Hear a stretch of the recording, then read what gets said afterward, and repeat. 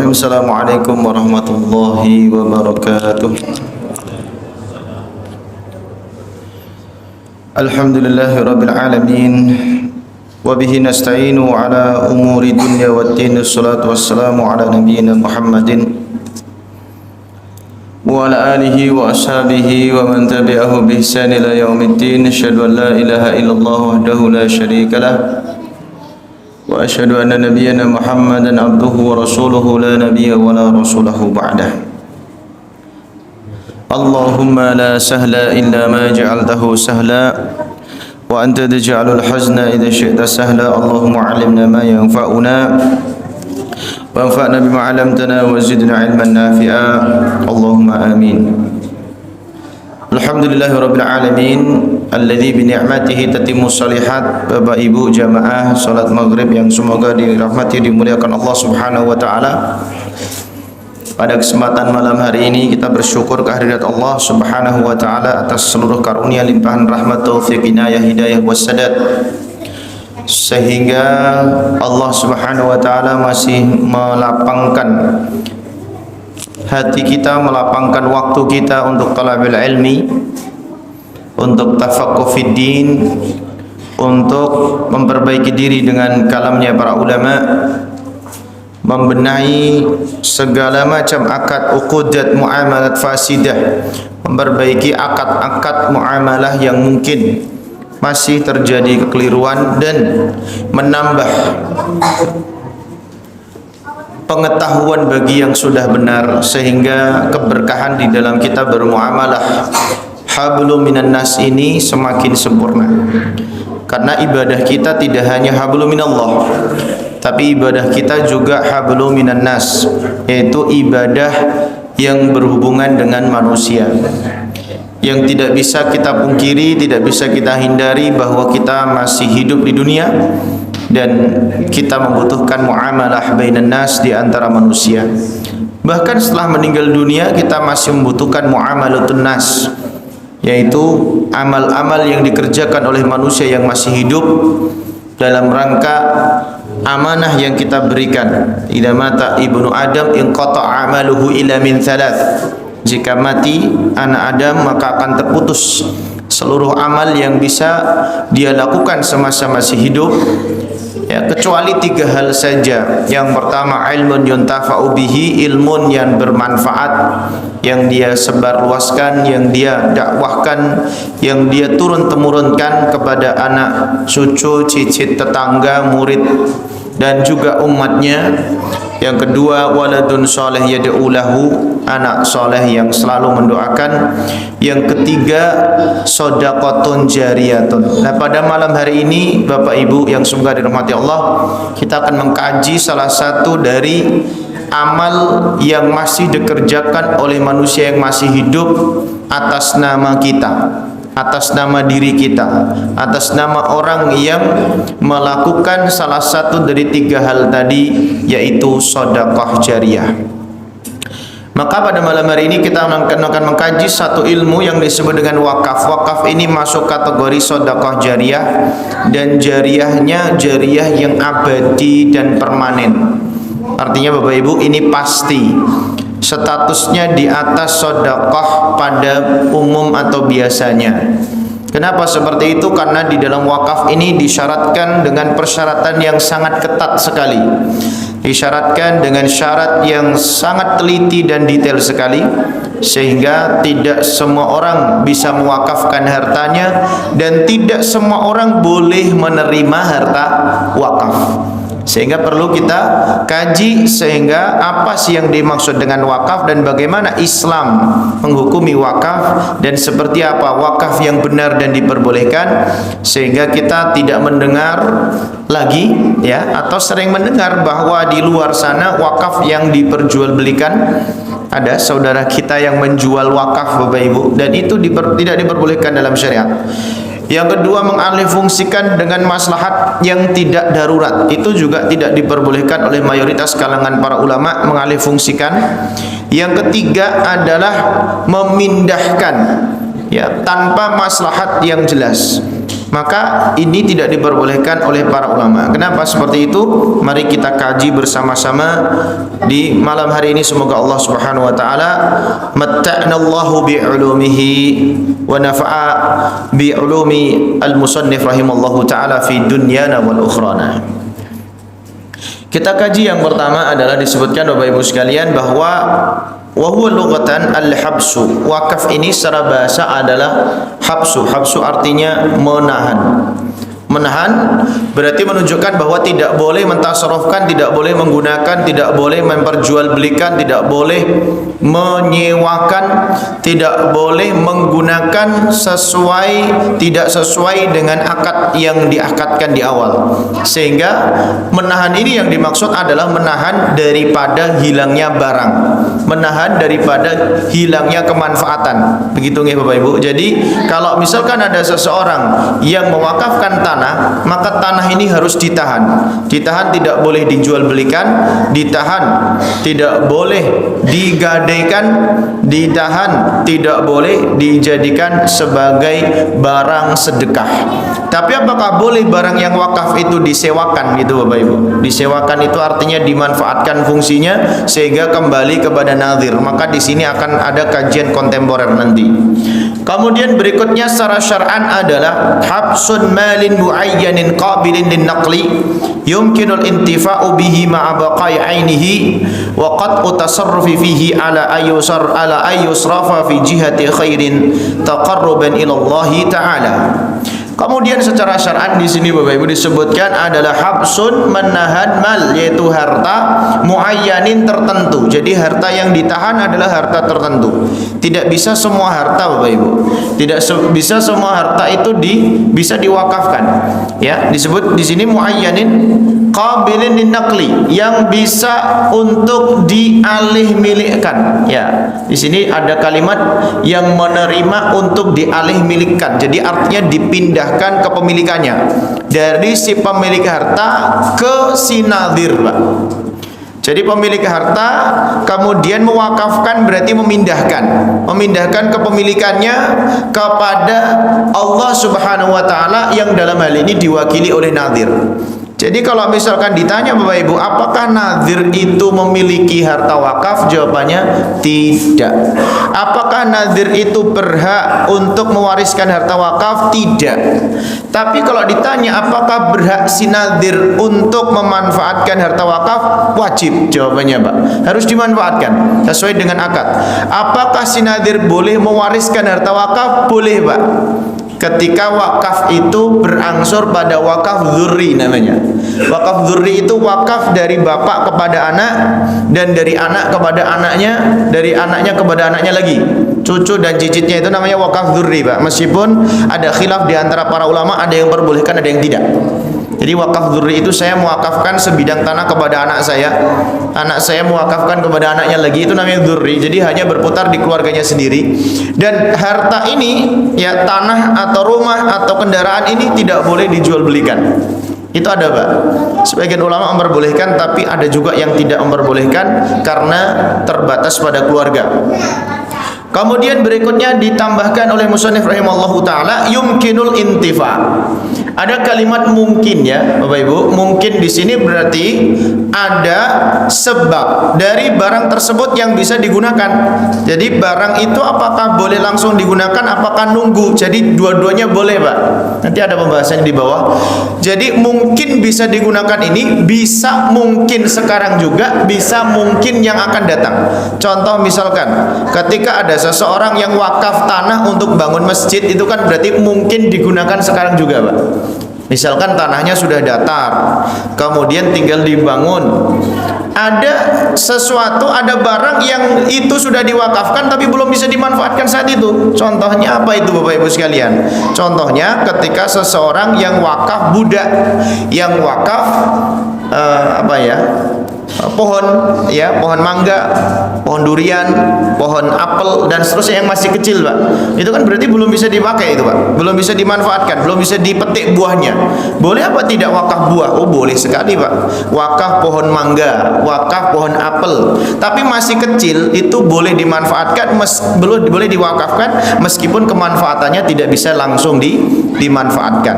Boleh juga wakaf misalkan kambing yang masih kecil, cempe, Pak, ya. Boleh. Nah, nanti nunggu gede dulu baru bisa dimanfaatkan dan seterusnya. Kemudian dilanjutkan oleh musannif untuk dimanfaatkan tanpa menghilangkan barangnya, gitu Bapak ya. Kharaja bihi baqa'ainihi berarti dhahaba ain. Berarti dimanfaatkan tapi manfaatnya nggak hilang. Kita misalkan menerima wakaf tanah, begitu tanah tersebut dibangun, ya tanahnya masih. Begitu motor mobil dipakai, maka motor mobilnya masih. Tapi kalau wakaf makanan, begitu makanan dimakan hilang. Maka ini nggak boleh, Bapak Ibu. Jadi wakaf makanan tidak diperbolehkan, ya. Wakaf minuman tidak diperbolehkan. Kenapa seperti itu? Karena makanan dan minuman ketika manfaatnya dimanfaatkan hilang. Nah, ini tidak boleh. Jadi tanpa menghilangkan barangnya atau manfaatnya, gitu ya. Ya, jadi tidak boleh menghilangkan barangnya dan memutuskan hak tasarruf pada barang tersebut, ya. Dan memutuskan hak tasarruf pada barang tersebut artinya tidak boleh barang tersebut untuk diperjualbelikan. Jadi barang tersebut tidak boleh untuk diperjualbelikan. Jadi sudah berhenti di situ. Berhenti pada siapa? Berhenti pada nadhir. Nadhir itu artinya orang yang bertanggung jawab pada barang tersebut.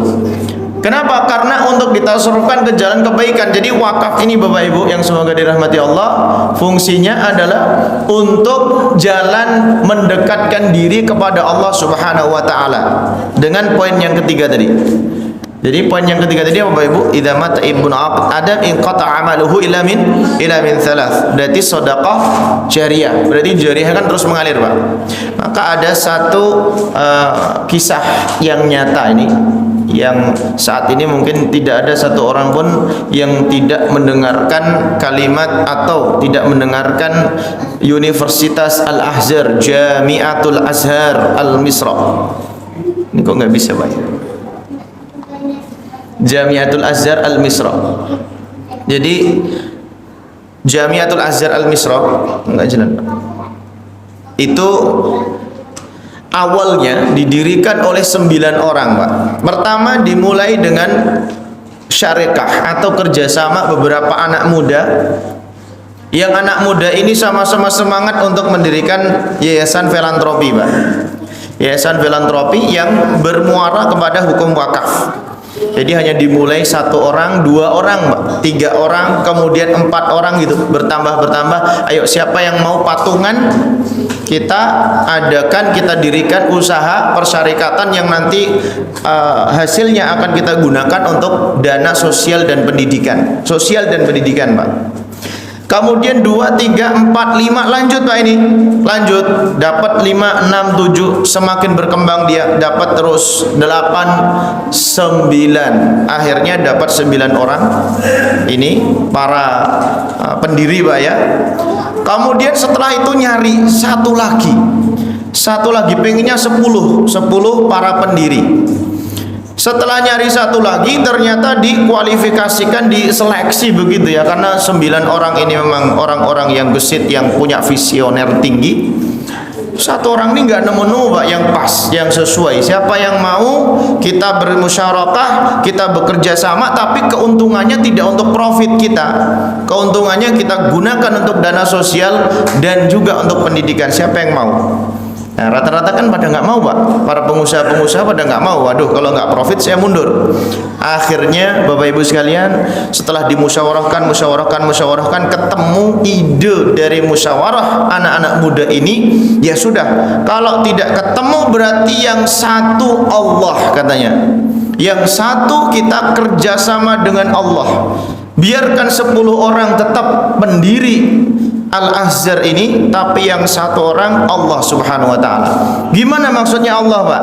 Yang 1 orang ini kita jadikan sahamnya dikembalikan kepada Allah. Kayak gitu terus Pak. Jadi keuntungannya itu tidak dibagikan Pak, tapi diberikan untuk Allah. Artinya apa? Dikembalikan ke dana sosial dan pendidikan. Jadi misalkan keuntungan 50 juta dibagi 10 kan Pak, harusnya ya dibagi 9 kan harusnya Pak, ini satu bagian 50 juta bagi 9, atau 10 juta 100 juta bagi 9. Nah ini tidak, 100 juta bagi 10, yang 10 juta milik Allah gitu Pak. Masya Allah, dapat keuntungan lagi 10 juta milik Allah, yang 10 juta milik Allah, kayak gitu terus.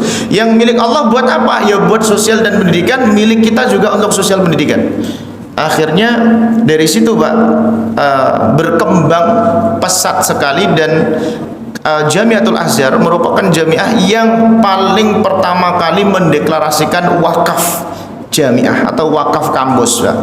Masya Allah. Jadi luar biasa, besar sekali. Dan Al-Azhar itu tidak dimiliki oleh negara, tidak dimiliki oleh corporation, tidak dimiliki oleh syarikat, tapi wakaf. Semuanya wakaf. Dari seluruh aset yang dimiliki semuanya wakaf, dan yang mengelola adalah kader-kader wakaf semuanya. Masya Allah, luar biasa Pak. Jadi kalau kita bergerak di bidang wakaf ini, kita meniatkan mewakafkan diri untuk agama Allah Subhanahu wa taala, kemudian mengelola barang-barang wakaf ini atau benda-benda wakaf ini dengan maksimal, maka Bapak Ibu sekalian, sesungguhnya orang yang mewakafkan harta, orang yang mengelola harta wakaf ini dua-duanya saling memberikan ta'awun alal birri wa taqwa. Kan begini Pak, ada orang yang punya harta, dia membutuhkan orang yang bagaimana harta tersebut bisa terus bermanfaat Pak. Contoh begini, kalau kita kaya, kita punya usaha, kita punya, dibukakan Allah pintu rezeki sehingga kaya, kemudian harta itu kita simpan sendiri, kita gunakan untuk anak cucu keturunan kita sendiri, ya kan habis di situ Pak. Tapi kalau kita sisihkan sebagian kecil dari harta kita untuk wakaf, kemudian diwakafkan kepada tempat yang baik, yang amanah, sehingga dari orang yang baik tersebut mengelola kan itu Pak, tidak bisa memiliki Pak. Jadi kalau jenengan sudah meniatkan ini wakaf tuh, saya wakafkan, kemudian diterima barang panjenengan, saya terima wakafnya Pak. Jadi sebenarnya pada saat itu panjenengan sedang memperkerjakan orang lain tanpa gaji, tanpa bayaran, tanpa jaminan, tanpa asuransi Pak, gratis. Padahal orang tersebut harus bertanggung jawab menggerakkan harta panjenengan seumur hidup, bahkan setelah orang tersebut mati Pak. Kenapa seperti itu? Karena harta wakaf yang sudah diterima harus turun-temurun dijadikan status wakaf. Contoh misalkan Pak, Ar-Royan itu sudah dideklarasikan wakaf Pak. Seluruh hartanya wakaf, asetnya wakaf statusnya Pak. Tidak ada yang milik personal atau pribadi, semuanya wakaf. Sehingga harta yang ada di pondok itu nantinya ketika para pendiri meninggal dunia akan dilanjutkan oleh kader-kadernya yang mengelola wakaf juga. Akan dilanjutkan oleh kader-kader berikutnya, generasi ketiga, keempat, kelima, wakaf juga. Kan begitu Pak. Jadi investasi yang paling luar biasa adalah investasi wakaf. Kenapa seperti itu? Ya tadi, karena para nadhir ini bertanggung jawab seumur hidupnya, bahkan setelahnya dan setelahnya dan setelahnya dijamin oleh konstitusinya Allah, yaitu Al-Quran. Dijamin oleh konstitusinya Nabi SAW, yaitu hadis, dan dijamin oleh konstitusinya para ulama, yaitu dalam kitab-kitab fikih, dan dijamin oleh konstitusi negara kita. Makanya di dalam wakaf produktif Bapak Ibu yang semua dirahmati Allah, itu para nadhir tidak boleh mengambil lebih dari 10%. Bayangkan Pak, nggak boleh Pak. Jadi kalau itu produktif, maka si nadhir tidak boleh mengambil lebih dari 10% harta yang bergerak, yang ada profitnya. Semua harus kembali kepada maslahat wakaf itu sendiri.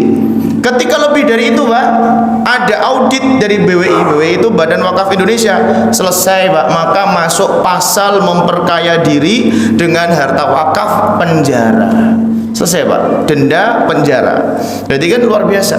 Artinya antara syariat Allah, kemudian syariat Nabi, kemudian aturan negara sama-sama mendukung dengan syariat ini, sehingga harta yang panjenengan wakafkan akan benar-benar kekal, akan bekerja terus-menerus meskipun panjenengan meninggal dunia.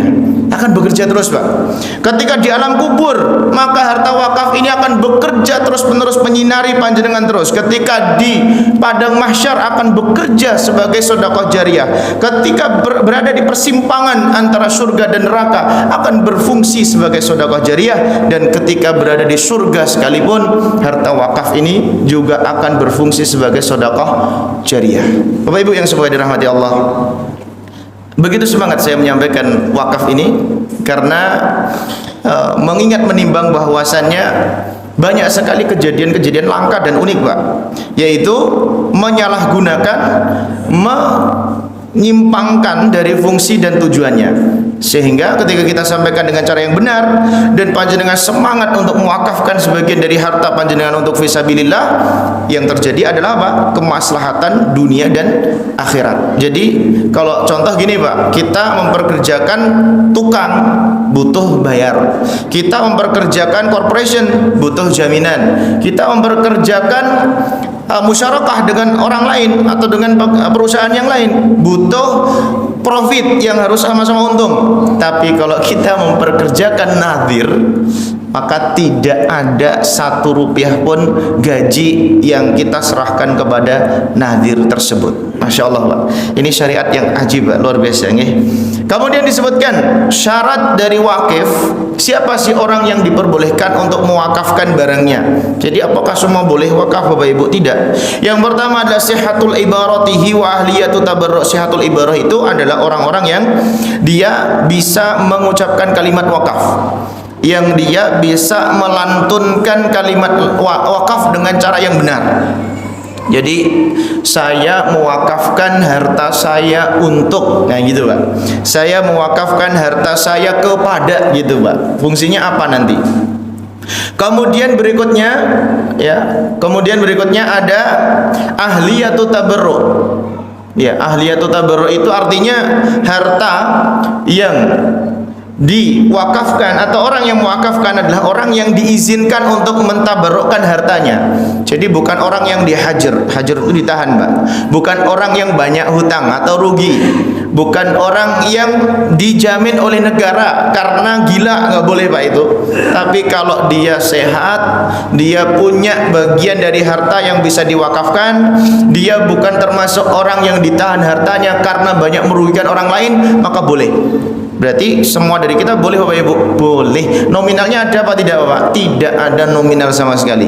Jadi yang bikin nominal ya tentu nadhirnya Pak. Contoh misalkan wakaf tanah per meter 50.000, wakaf bangunan ya menggunakan semen. Loh gimana Ustaz, tadi katanya semen nggak boleh. Jadi begini Pak, jadi kalau semen itu, ya ada yang bertanya kemarin, Ustadz lah kalau semen itu kan nanti bisa rusak Ustadz, kok bisa wakafnya semen? Jadi begini Pak, semen ini ketika diutarakan oleh nadhir, disampaikan oleh nadhir bahwasanya kami butuh 100 sak wakaf semen, artinya semen itu bukan nganggur Pak. Semen ini pasti akan dikelola untuk bikin bangunan. Jadi artinya ketika sudah jadi cornya, sudah jadi daknya, sudah jadi rumahnya, sudah jadi plasterannya, maka itulah yang disebut dengan wakaf cor, wakaf dak, wakaf tembok gitu Pak. Jadi nggak bisa kalau misalkan kita wakaf semen terus semennya ditungguin gitu aja Pak.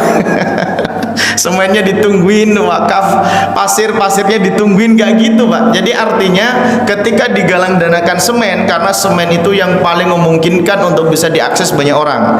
Kalau seperti pasir, seperti apa ya, batu kecil, seperti air gitu kan ada yang akses ada yang tidak Pak. Tapi yang paling cepat itu kan semen, harga 60.000 per biji per karung. Ya sudah, nanti tinggal dijumlah, nanti dari campuran itu akhirnya panjenengan wakaf 1 beton gitu jadinya Pak hukumnya. Boleh apa tidak Ustaz? Ya boleh. Nah terus kemudian nanti ada pertanyaan lagi muncul Pak, lah terus nanti kalau bangunan itu rusak gimana Ustaz?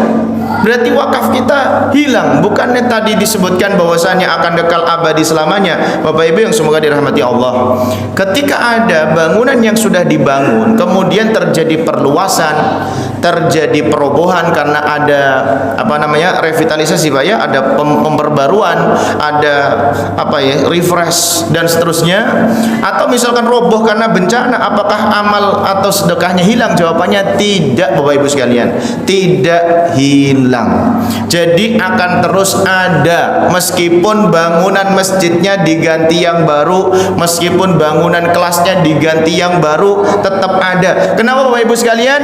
Karena masjid tetap masjid, ada bangunannya maupun tidak. Dan status wakaf semen panjenengan, meskipun masjidnya sudah rata dengan tanah atau diganti dengan baru, tetap ada dan mengalir terus. Kok bisa begitu Ustadz? Ya begitu memang Pak. Jadi dulu kami pernah mengedukasi masyarakat ketika membongkar masjid Pak, di kampung dekat pondok itu. Ya lama memang Pak. Kenapa? Karena sebagian dari masyarakat, dari warga tidak setuju. Karena ketika ini dihancurkan Ustadz, lah kami itu keringatnya belum kering, barusan kemarin masjid ini dirobohkan, kok ini mau dibangun lagi, status pahala kami hilang. Ya, pelan-pelan Pak, kita edukasi terus menerus dengan pendekatan yang memang luar biasa Pak ya. Namanya ada yang tempat thalabul ilm setiap hari bawa kitab, baca kitab, yang satu setiap hari di ladang, kan beda Pak ya, frekuensinya kan beda. Dengan izin Allah akhirnya terbangun satu masjid, dan dengan izin Allah masjid yang dulu di kampung tersebut orangnya banyak warga yang menolak untuk membongkar masjidnya, kampungnya sendiri meminta dibangun Pak.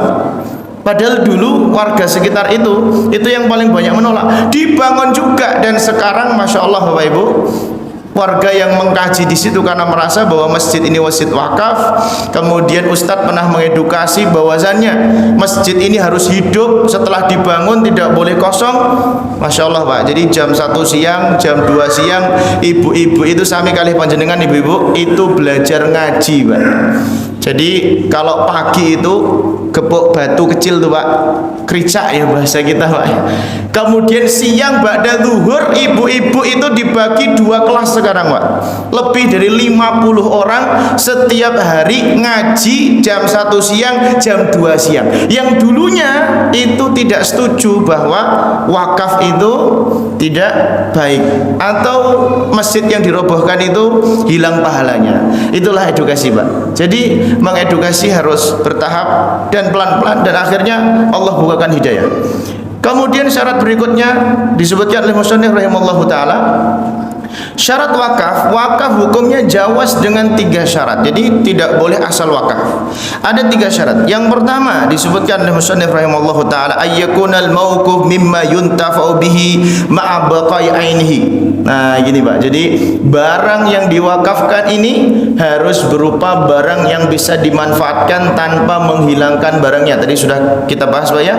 Kemudian kemanfaatannya harus kemanfaatan yang mubah. Maka di sini disebutkan bahwa manfaatuhu yakunul intifa' mubahan maksudan. Jadi manfaatannya harus kemanfaatan yang mubah dan maksud, sehingga tidak sah mewakafkan alat musik dan mewakafkan dirham digunakan untuk hiasan. Ini contoh Pak ya. Ini ada khilaf di antara para ulama, tidak usah kita bahas. Kemudian tidak disyaratkan kemanfaatannya harus wujud pada saat itu, sehingga hukumnya sah mewakafkan budak atau keledai yang masih kecil, atau pohon yang masih kecil belum berbuah dan lain sebagainya. Tadi sudah kami jelaskan di depan. Adapun barang yang tidak bisa menetap ainnya seperti makanan dan wewangian, minuman juga bisa, maka tidak sah untuk diwakafkan. Gitu Pak ya. Yang kedua, Bapak Ibu sekalian yang semoga dirahmati Allah, ayyakunal waqfu ala aslil mawjud wa far'il la yanqati. Lah ini Pak rahasianya. Yang kedua adalah wakaf harus diberikan pada asal, yaitu mauquf alaihi yang pertama yang sudah wujud, dan far'un atau cabangnya mauquf alaihi selanjutnya yang tidak akan terputus atau akan selalu ada. Jadi artinya orang yang menerima atau nadhirnya itu harus orang yang siap untuk menerima amanah, kemudian setelahnya juga harus orang yang siap menerima amanah. Saya singkat biar waktunya cukup. Jadi kalau misalkan wakaf ini diserah terimakan kepada kami, contoh Pak, kepada saya sebagai nadhir misalkan ya, maka saya harus menyiapkan generasi setelah saya yang siap juga, Pak. Pada saat saya masih hidup. Jadi nggak boleh, nggak misalkan saya nerima wakaf kemudian saya mau meninggal dunia, mau ini Pak, mau apa istilahnya, sakratul maut ya, atau sakratul maut baru nyari siapa yang bisa ngelanjutin, siapa yang nggak bisa, Pak. Jadi aslul mawjud wa far'in yang la yang qati, itu syaratnya. Jadi ketika saya masih hidup harus sudah mencari kadernya. Nah, begitu saya meninggal dunia ya sudah otomatis Pak akan bergeser kepada fara' atau cabangnya. Begitu juga dengan cabang ini, maka dia akan menyiapkan kader berikutnya, generasi yang ketiga. Nah, begitu nanti generasi yang kedua meninggal dunia atau udzur, langsung dilanjutkan oleh fara' atau cabang yang ketiga dan seterusnya. Gitu Bapak Ibu. Jadi terjamin, artinya tidak ada.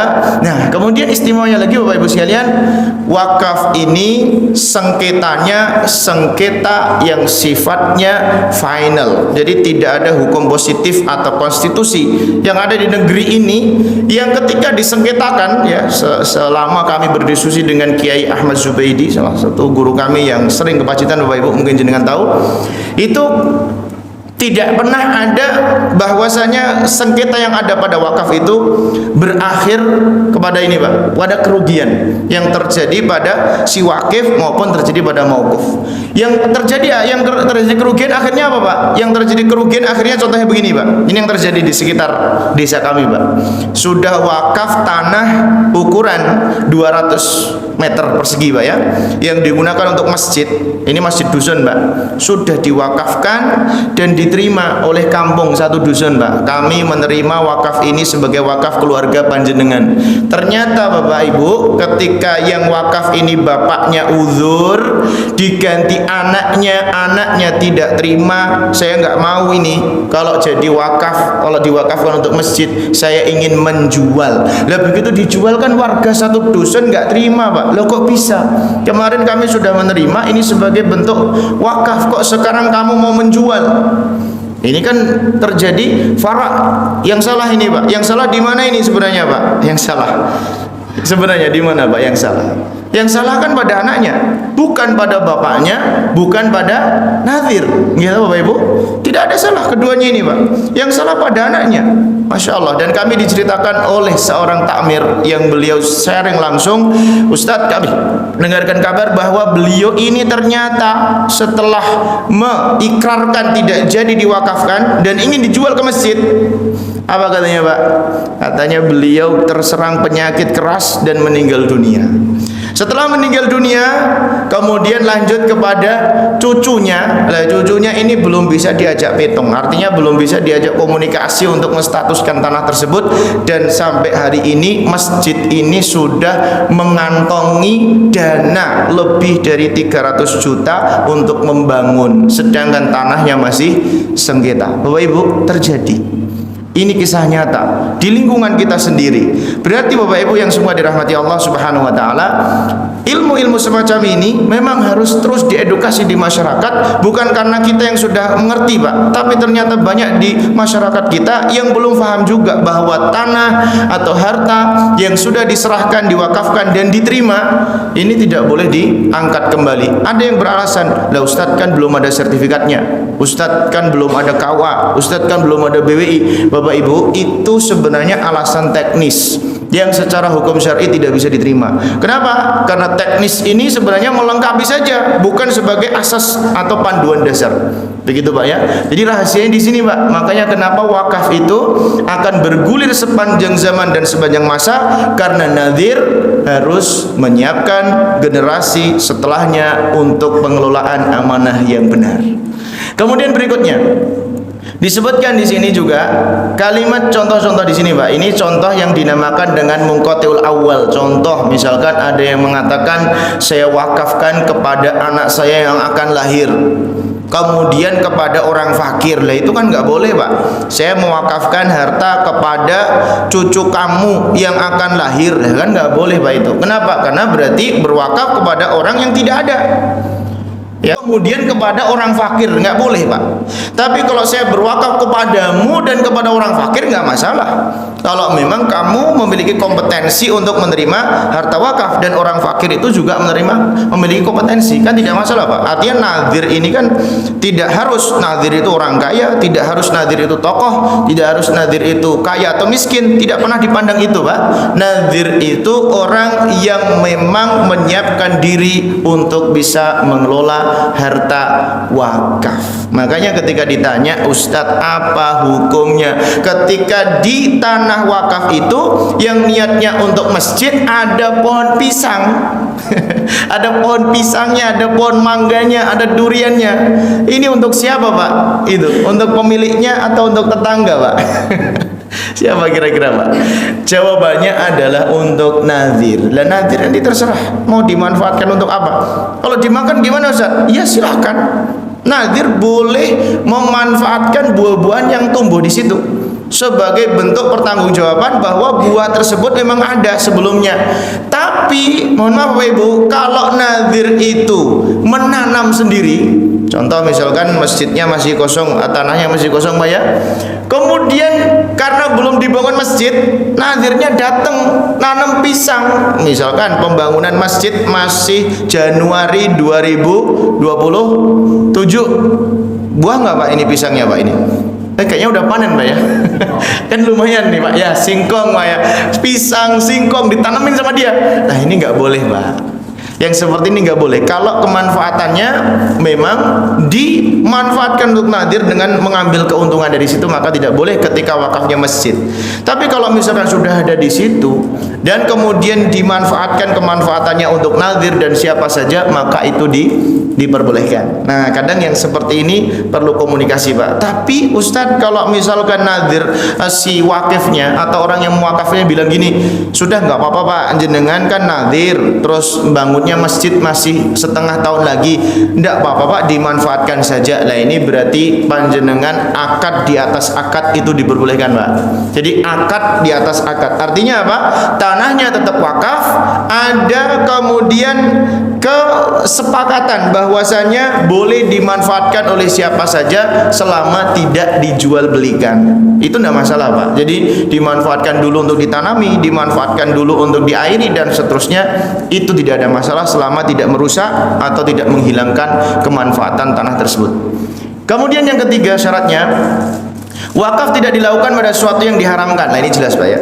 Wakaf tidak boleh dilaksanakan pada sesuatu yang diharamkan. Contohnya apa Bapak Ibu sekalian yang diharamkan di sini? Banyak banget Bapak Ibu sekalian yang diharamkan. Contoh wakaf, apa ini Pak? Wakaf untuk bangun gereja. Iya, kalau kita berbicara secara hukum agama ya nggak boleh Pak. Wakaf tanah untuk bangun gereja, wakaf tanah untuk ditempati sebagai tempat perjudian, wakaf kendaraan untuk fasilitas perjudian dan seterusnya Pak. Ini nggak boleh semuanya. Jadi yang niatnya tujuannya haram, maka semuanya hukumnya haram. Kemudian Bapak Ibu, nah ini ada materi terakhir yaitu sesuai dengan syarat wakif. Nah boleh Pak, jadi kita memilih nadir itu ada 4 pilihan. Yang pertama takdim, yang kedua takhir, yang ketiga tasawi, yang keempat tafdhil. Itu boleh Pak. Yang pertama adalah takdim, ya, sebagian dari orang-orang yang mendapatkan wakaf seperti aku wakafkan pada anak-anakku yang paling warok. Ini boleh dikiaskan, saya lebih mendahulukan wakaf kepada si fulan daripada si fulan. Boleh Pak, itu namanya tafdhil, itu sah-sah saja. Panjenengan sebagai nazir boleh dan berhak untuk melakukan seperti itu karena harta pada saat sebelum diwakafkan masih milik sah atau hak panjenengan. Kemudian yang kedua mengakhirkan, aku mewakafkan kepada anak-anakku yang kemudian ketika mereka sudah tidak ada maka kepada anak-anak mereka. Ini namanya mengakhirkan. Mengakhirkan itu saya mendahulukan si fulan dan mengakhirkan si fulan. Ini kepada anak-anakku, kemudian ketika mereka sudah tidak ada maka kepada anak-anak mereka. Berarti artinya wakaf tersebut sudah disebutkan. Nah, ini untuk kamu dan setelah itu kamu serahkan kepada anakmu. Boleh nggak Pak kalau saya bilang wakaf ini tahun ya, bukan tahun, nggak boleh pakai tahun Pak ya, mohon maaf. Jadi wakaf ini kami serahkan kepada yayasan fulan, kemudian kepada yayasan fulan, boleh apa tidak Pak? Jawabannya boleh, tapi dengan syarat akan menuju yayasan fulan atau yang lain ketika yayasan yang pertama ini sudah tidak sanggup lagi untuk mengelola harta wakaf. Jadi selama si yang pertama ini masih bisa mengelola harta wakaf, maka tidak boleh berpindah ke yayasan yang kedua. Kemudian berikutnya, nah tapi kalau ini terjadi pertikaian ya tidak usah dilakukan Pak. Misalkan contoh saya berwakaf kepada yayasan Ar-Royan dan yayasan Baitus Salam. Nah ini sepakat apa tidak? Kalau tidak sepakat ya jangan dilakukan Pak. Kalau sepakat tidak masalah. Tapi setelah selesai dari Ar-Royan tidak ada yang mengelola, baru pindah ke Baitus Salam. Itu contohnya Pak. Kemudian yang ketiga adalah menyamakan. Menyamakan itu disamaratakan.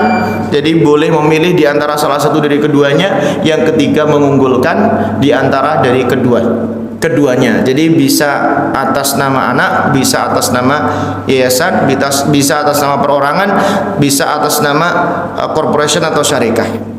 Begitu Bapak Ibu sekalian, ini singkat untuk mengawali, dan insya Allah pertemuan yang selanjutnya kami akan sampaikan ilmu yang ada di BWI, Badan Wakaf Indonesia, bagaimana Indonesia menerapkan wakaf di negeri kita tercinta. Semoga Allah Subhanahu wa taala menerima amal ibadah kita dan menerima wakaf harta kita.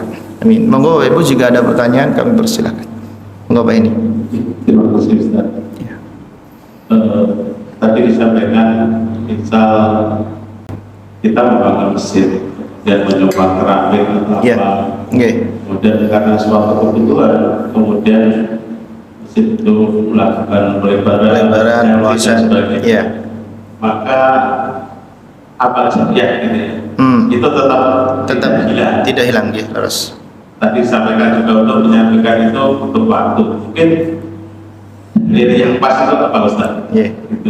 Untuk menjelaskan itu bahwa amal syariah dulu pernah pakai itu tidak hilang.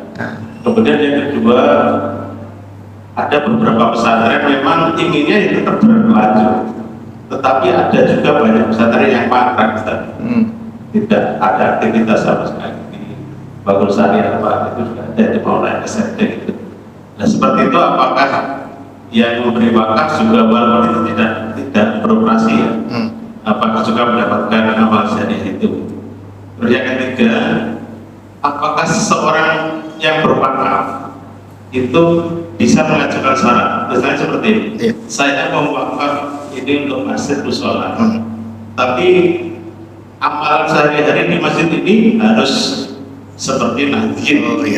Apakah boleh mengajukan syarat?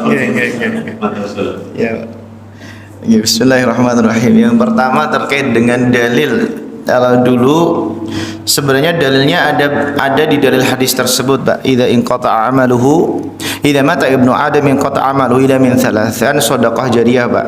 Jadi shadaqah jariyah itu sebenarnya yang dimaksud dengan jariyah.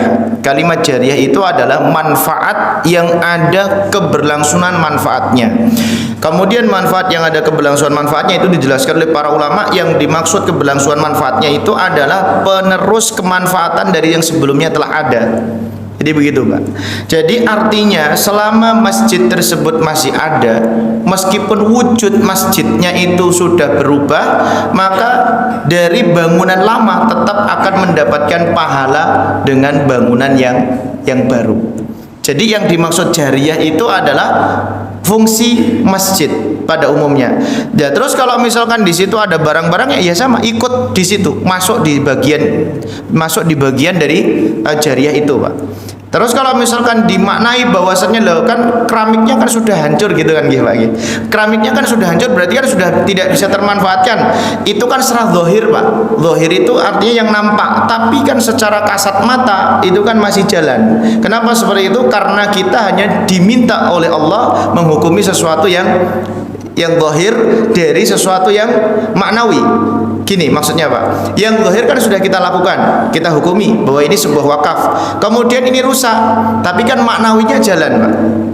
maknawinya jalan. Artinya apakah ketika anak berhenti berdoa kepada orang tuanya seminggu, orang tuanya tidak mendapatkan kemanfaatan, kan gitu Pak? Tidak Pak. Jadi selama anak tersebut dalam benaknya, saya akan mendoakan orang tua saya seumur hidup saya, ketika itu 1 minggu dia sibuk banget sehingga tidak mendoakan, yaitu dia tetap mendapatkan pahala jariah dari anak tersebut, kan gitu Pak. Begitu juga sama ketika kita mengajarkan ilmu di masyarakat, kita ajarkan ilmu pada santri, kemudian ilmu yang kita ajarkan diamalkan, berarti kan mandala ala khairin kafailihi, kan gitu Pak. Barang siapa yang menunjukkan ilmu kepada seseorang, dia akan mendapatkan pahala sebagaimana orang tersebut tanpa mengurangi pahala orang tersebut, kan gitu Pak.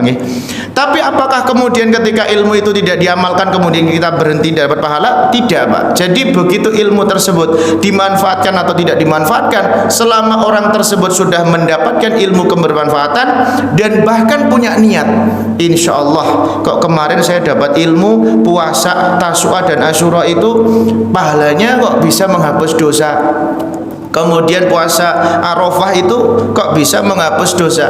Nah, kemudian belum bisa puasa Pak, insya Allah lah tahun besok saya akan puasa. Lah belum sampai ketemu ternyata sudah meninggal. Itu juga masuk kategori sedekah jariah. Jadi begitu Pak. Artinya yang bermakna atau yang maknawi ini adalah pekerjaan Allah Subhanahu wa taala yang dijelaskan oleh hadis Nabi dan dijelaskan oleh para ulama untuk memaknai itu. Mangkatan Pak ini. Jadi memang harus pelan-pelan. Yang dulu ya memang diskusinya luar biasa Pak. Ada debat nggak Ustaz? Ada Pak. Ada drama nggak? Ada Pak. Ya Masya Allah. Tapi kami ada tokoh-tokoh yang di luar kami Pak. Jadi kami nggak debat langsung, tapi kami memberikan ilmu kepada tokoh-tokoh ini, kemudian beliau yang langsung bersinggungan dengan masyarakat dengan izin Allah, akhirnya Allah bukakan. Kemudian yang kedua berkaitan dengan pesantren yang mangkrak. Semoga Allah melindungi pesantren-pesantren kita semua. Jadi itu sebenarnya kesalahan kepada nazir Pak. Jadi kalau misalkan terjadi seperti itu dan memang di awal diumumkan atau diakadkan dengan akad wakaf, maka si wakif atau orang yang mewakafkan tetap mendapatkan pahala jariah. Nah terus gimana Ustaz, ini kan terjadi permasalahan. Nah tadi Pak, nah inilah dia pentingnya Pak ini. Jadi ada tafdhil, ada takhir, ada taswiyah, ada tafdhil. Jadi sebelum mewakafkan harta, pastikan ada 4 hal ini Pak yang kita perhatikan. Contoh misalkan kita ingin wakaf di pesantren, coba kita lihat nih, pesantrennya bagus enggak? Keilmuannya, siapa pendirinya, sanadnya, terus bagaimana cara dia mengelola harta selama ini, baik apa tidak, kan gitu Pak. Dan maka sudah dikasih mitigasi seperti ini. Nah nanti kalau kita sudah memilih, oh sepertinya di sana bagus nih pengelolaannya, transparan, kemudian akad-akadnya jelas, kok ternyata dengan izin Allah terjadi hal sebaliknya, Allah punya takdir yang lain misalkan Pak, ternyata kok kolab juga, maka si wakif tidak salah. Artinya pahalanya tetap jalan dengan izin Allah. Tapi kalau misalkan si wakif tidak pernah melakukan ini Pak, mitigasi ini, jadi udahlah pengen harta cari di mana, siapa yang mau nih, siapa yang mau mobil saya nih, saya pengen mobil ini dimanfaatkan, siapa mau silahkan pakai. Ada orang yang pakai, ternyata mangkrak, ternyata tidak digunakan, tanahnya tidak nah contoh ini terjadi juga Pak, wakaf tanah pengennya dibangun pesantren tapi ternyata nggak dibangun pesantren. Nah, repot kan Pak, padahal niatnya untuk pesantren, niatnya untuk bangun pondok, ternyata yayasan yang menerima wakaf-wakaf ini tidak punya SDM untuk mengelola lembaga pendidikan. Nah ini kan bermasalah Pak ini. Subhanallah, ini terjadi enggak? Nah ini terjadi. Dan apakah kita menyelesaikan Pak? Kami menyelesaikan juga Pak. Tapi alhamdulillah dengan izin Allah mudah-mudahan ini menjadi perantara. Jadi ada di sebuah tempat yang nanti insya Allah akan menjadi kampus 2 kita Pak. Jadi di sana nanti ada tanah yang sudah diwakafkan, ada sekitar 4.000 meter. Dan kalau diperluaskan kemarin ada 1 hektaran Pak itu. Jadi tanah itu sudah diwakafkan pada sebuah yayasan, yang yayasan ini sebenarnya secara komponen atau komposisi pengurus belum mampu untuk mendirikan lembaga pendidikan. Tapi karena saking semangatnya dikira mendirikan pondok pesantren itu dengan galang wakaf, tiba-tiba nanti ada ustadz yang magang, kemudian ada dana yang jalan terus, ternyata tidak Pak. Akhirnya datang ke kami, dengan izin Allah akhirnya diserahkan wakaf tersebut. Ini berarti kan ada itikad baik. Nah, insya Allah para muwakif ini ketika nanti dikelola, dia tetap mendapatkan amal jariah atau sedekah jariah. Yang ketiga tadi apa pertanyaannya? Oh iya, nggih. Bapak Ibu yang semoga dirahmati Allah, Masya Allah, ini menjurus Pak ini. Jadi kalau mensyaratkan maka tidak boleh, Pak. Jadi kalau mensyaratkan maka ini sekarang tugasnya nadhir, Pak. Maka tugasnya nadhir ketika misalkan wakaf tanah untuk masjid, tapi harus dengan amaliyah seperti ini. Dan nadhirnya gimana, Pak? Nadhirnya cocok apa tidak? Kalau nadhirnya oh tidak, tapi mensyaratkan boleh apa tidak? Boleh, Pak. Tapi nadhirnya harus tahu ini. Artinya kalau nadhir udah gampang lah, kita terima aja dulu. Nanti nggak apa-apa. Kalau bapaknya ada, kita amalkan seperti itu, bapaknya pergi, kita hilangkan. Oh, ini malah jadi repot nanti, Pak. Akan jadi persengketaan. Jadi si nadhir harus cermat seperti apa yang disyaratkan oleh si wakif. Tapi mensyaratkan seperti itu boleh meskipun tidak disarankan sama sekali. Jadi kalau memang ingin mewakafkan tanah, mestinya seluruhnya diwakafkan tanpa memandang untuk apa kegunaannya, kemanfaatannya, dan seperti apa amal ibadahnya. Wallahu a'lam bishawab. Masih ada Pak Protap? Cukup? Nggih. Kita akhiri majelis kita malam hari ini, mungkin bisa dilanjutkan pada pertemuan yang akan datang, Pak. Kita akan sampaikan kajian Badan Wakaf Indonesia insyaallah taala. Kita akhiri dengan hamdalah dan kafaratul majlis. Alhamdulillahirabbil alamin. Subhanakallahumma bihamdika asyhadu an la ilaha illa anta astaghfiruka wa atubu ilaik. Assalamualaikum warahmatullahi wabarakatuh.